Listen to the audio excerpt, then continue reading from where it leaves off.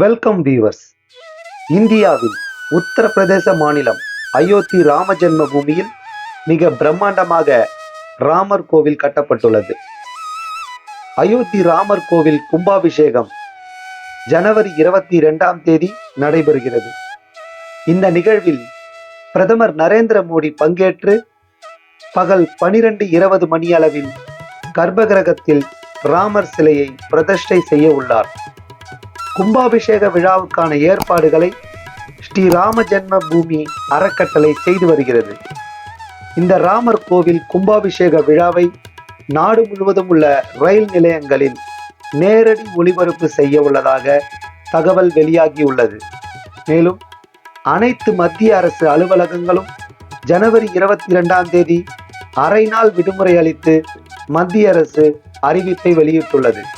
ராமர் கோவில் கும்பாபிஷேக விழாவில் பங்கேற்பதற்காக நாட்டின் முக்கிய பிரமுகர்கள், அரசியல் தலைவர்கள், அமைச்சர்கள், ஆன்மீக பெரியவர்கள், திரைத்துறை பிரபலங்கள், விளையாட்டு வீரர்கள் உள்ளிட்டோருக்கு ஸ்ரீராம ஜென்மபூமி தீர்த்த கஷேத்ரா அறக்கட்டளை சார்பில் அழைப்பு விடுக்கப்பட்டுள்ளது.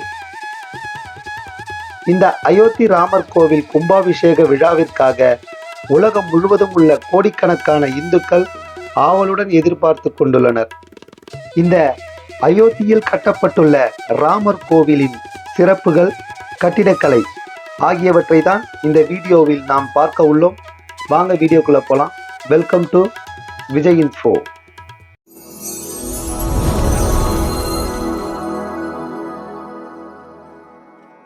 பண்டைய இந்திய இதிகாசமான ராமாயணத்தின்படி அயோத்தி ராமர் கோவில் இந்து சமயத்தின் மும்மூர்த்திகளில் ஒருவரான விஷ்ணுவின் அவதாரம் என கருதப்படும் குழந்தை ராமர் அயோத்தியில் பிறந்த இடமான ராம ஜென்ம பூமியில் கட்டப்பட்டிருக்கும் ஒரு இந்து கோவில்.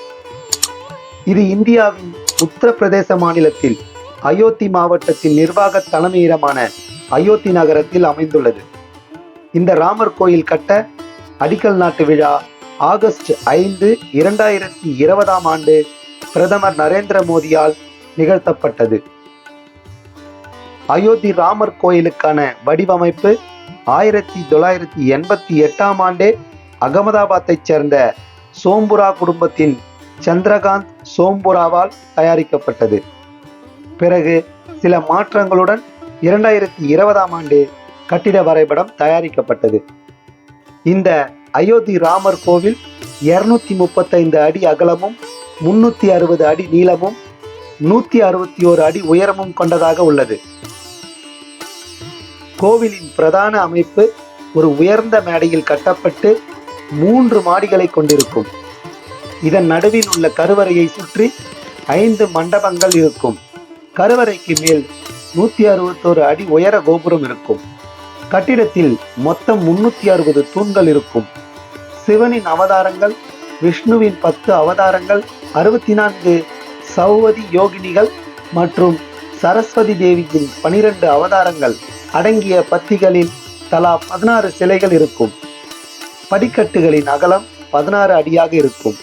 கருவறை வேதங்களின்படி எண்கோண வடிவில் இருக்கும். இந்த கோவிலின் மூலவர் ராமரின் குழந்தை வடிவமான ராம் லல்லா பிரிஜமன் ஆவார். 2020 கோவிலுக்கு அஸ்திவாரம் தோண்டும் போது ஒரு சிவலிங்கம், தூண்கள் மற்றும் உடைந்த சிலைகள் கண்டுபிடிக்கப்பட்டன.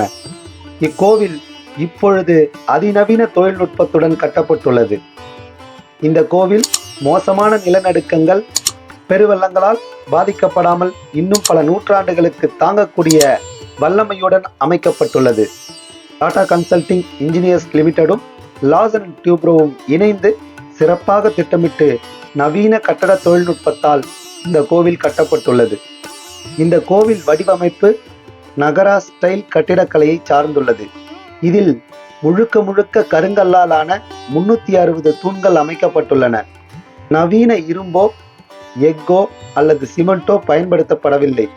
நிலநடுக்கத்தை தாக்குப்பிடிப்பதற்காக இந்த வடிவமைப்பு செய்யப்பட்டுள்ளது. மற்ற பொருட்களை விட கருங்கல்லின் ஆயுட்காலம் அதிகமாகும். இந்த கோவிலின் சிறப்பம்சம் என்னவென்றால் அதன் அடித்தளம் 15 மீட்டர் தடிமனான காம்பேக்ட் கான்கிரீட் கொண்டு ஒரு படிவம் அமைக்கப்பட்டுள்ளது. இதில் 56 அடுக்கு காம்பாக்ட் காங்கிரீட்டுடன் ஃப்ளை ஆஷ், தூசு, கெமிக்கல்கள் சேர்க்கப்பட்டுள்ளது. பிரம்மாண்டமான அடித்தளம் 21 அடி கிரானைட் கல்லால் ஆனது. இதனால் ஈரப்பதம் கோயிலை பாதிக்காது. இந்த 21 அடி கிரானைட் அடித்தளம் 18 டிகிரி செல்சியஸுக்கு கீழே வெப்பநிலை இருக்கும்படி கட்டப்பட்டுள்ளது. வெளிப்புற வெப்பநிலை பாதிக்காதவாறு அடித்தளம் உயர் தொழில்நுட்பத்தில் கட்டமைக்கப்பட்டது. இதற்காக சென்னை இந்தியன் இன்ஸ்டிடியூட் ஆஃப் டெக்னாலஜியின் அறிவுரைப்படி இன்ஜினியர்கள் 15 மீட்டர் ஆழத்துக்கு தோண்டி அடியில் இருந்த மண்ணை அகற்றினர். அதில் ரீஇன்ஜினியர்டு மண்ணை வைத்து நிரப்பினர். இந்த ரீஇன்ஜினியர்டு மண் அடித்தளத்தில் 14 நாட்களில் கல்லாக மாறிவிடும். இப்படி 47 அடுக்குகள் அமைக்கப்பட்டுள்ளது. கோவில் அமைந்துள்ள நிலப்பரப்பு எந்தவித வெள்ளப்பெருக்காலும் பாதிக்காத நிலமட்டத்தில் அமைந்துள்ளது. இது மட்டுமல்லாமல் ராமநவமி தினத்தன்று கோவில் விக்கிரகங்களின் நெற்றியில் சூரிய ஒளி வந்து படும் வகையில் கோவில் வடிவமைக்கப்பட்டுள்ளது. இந்த கோவில் ஆன்மீகத்தையும் நவீன தொழில்நுட்பத்தையும் ஒன்று சேர அமைந்துள்ளது. இந்த கோவிலின் கட்டுமான செலவு கிட்டத்தட்ட 300 - 400 கோடி ரூபாய். ராம ஜென்மபூமி வளாகம் முழுவதும் கட்ட ரூபாய் 1100 கோடி ரூபாய். ஜூன் 2022 அறக்கட்டளை சார்பாக பொதுமக்களிடமிருந்து நன்கொடையாக 3400 கோடி ரூபாய் பெற்றதாக சொல்லப்படுகிறது. செலவு போக மீதமுள்ள பணத்தை அயோத்தியின் வளர்ச்சிக்கு பயன்படுத்தப்படும் என்றும் கூறுகிறார்கள். இந்த கோவில் வாஸ்து சாஸ்திரத்தின் பின்பற்றி நாகராபாணியில் கட்டப்பட்டுள்ளது. கிழக்கில் உள்ள நுழைவாயில் கோபுர பாணியில் கட்டப்பட்டுள்ளது. கோவிலின் சுவர்கள் ராமரின் வாழ்க்கையை சித்தரிக்கும் கலைப்படைப்புகளை காண்பிக்கும். கோவிலின் கருவறை எண்கோண வடிவில் இருக்கும். அதே சமயம் கட்டமைப்பு சுற்றளவு வட்டமாக இருக்கும். இந்த சிசு ராமர் சிலை 5 அடி உயரம் மற்றும் வெள்ளை பளிங்கு கல்லால் ஆனது. இந்த கோவில் ஜனவரி 22, 2024 அதாவது நாளைக்கு கும்பாபிஷேகத்திற்காக தயாராக உள்ளது. ராமர் கோவில் அமைந்துள்ள அயோத்தியில் பல்வேறு வளர்ச்சி திட்டங்கள் மிக விரைவாக வந்துள்ளது. அதில் 240 கோடி ரூபாய் மதிப்பில் புதுப்பிக்கப்பட்ட ரயில் நிலையத்தையும் 1450 கோடி ரூபாய் மதிப்பில் கட்டப்பட்டுள்ள விமான நிலையத்தையும் பிரதமர் மோடி திறந்து வைத்துள்ளார். அயோத்தி ராமர் கோவில் நாட்டின் மிகப்பெரிய கலாச்சார மையமாக திகழும் என்று தெரிவிக்கப்பட்டுள்ளது. இதைத் தொடர்ந்து அயோத்திக்கு வரும் சுற்றுலா பயணிகளின் எண்ணிக்கை பன்மடங்கு அதிகரிக்கும் என்பதால் அங்கு ஏற்கனவே சிறிய அளவில் இருந்த ரயில் நிலையம் புதுப்பிக்கப்பட்டுள்ளது. இந்த அயோத்தி ராமர் கோவிலுக்கு மக்கள் எந்த சிரமமின்றி இதனால் வர முடியும். இந்த கோவிலுக்கும் தமிழ்நாட்டிற்கும் ஒரு தொடர்பு உள்ளது.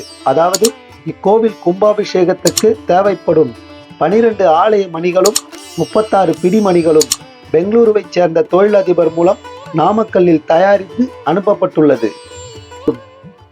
நாளை நடைபெறும் ராமர் அயோத்தி கோவில் கும்பாபிஷேகத்திற்கு தமிழகத்தில் அனைத்து கோவில்களிலும் சிறப்பு பூஜைகள், அன்னதானங்கள் நடைபெறும் என்றும் அறிவிக்கப்பட்டுள்ளது. மேலும் தூத்துக்குடி மாவட்டம் ஏரலிலிருந்து இக்கோவிலுக்கு 650 கிலோ கொண்ட வெண்கல மணி அனுப்பப்பட்டுள்ளது. நன்றி, வணக்கம். இந்த வீடியோ பிடிச்சிருந்தா லைக் பண்ணுங்க, ஷேர் பண்ணுங்க. என்னோட சேனலை சப்ஸ்கிரைப் பண்ணலன்னா மறக்காம சப்ஸ்கிரைப் பண்ணி கூடவே அந்த பெல் ஐக்கானையும் கிளிக் பண்ணுங்க. அப்பதான் நான் போடுற வீடியோ உங்களுக்கு உடனுக்குடனே உங்க நோட்டிஃபிகேஷன்ல வரும். நன்றி.